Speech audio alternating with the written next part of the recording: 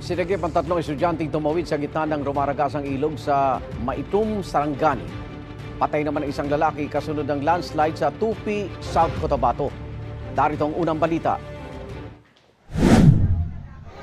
Landslide. Sabi. Gumuho ang lupa mula sa bundok sa isang peryahan sa Tupi, South Cotabato.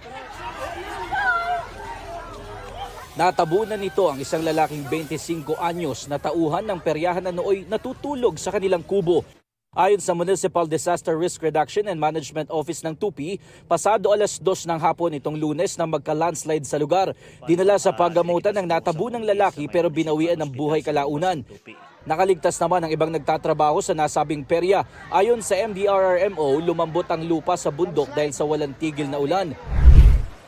Na-rescue ang tatlong estudyanteng stranded sa Pangi River sa Maitum, Sarangani. Gamit ang lubid na itinali sa isang naputol na puno, inalalayan ng mga pulis sa mga estudyante na makatawid sa gitna ng rumaragasang ilog. Ayon sa pulisya, pauwi na ang mga estudyante nang tumaas ang ilog dahil sa malakas na ulan. May yelo!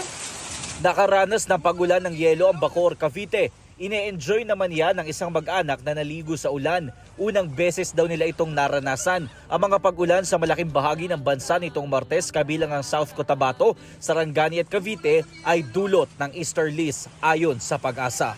Ito ang unang balita. Jomer Apresto para sa GMA Integrated News. Igan, mauna ka sa mga balita, mag-subscribe na sa GMA Integrated News sa YouTube para sa iba't ibang ulat sa ating bansa.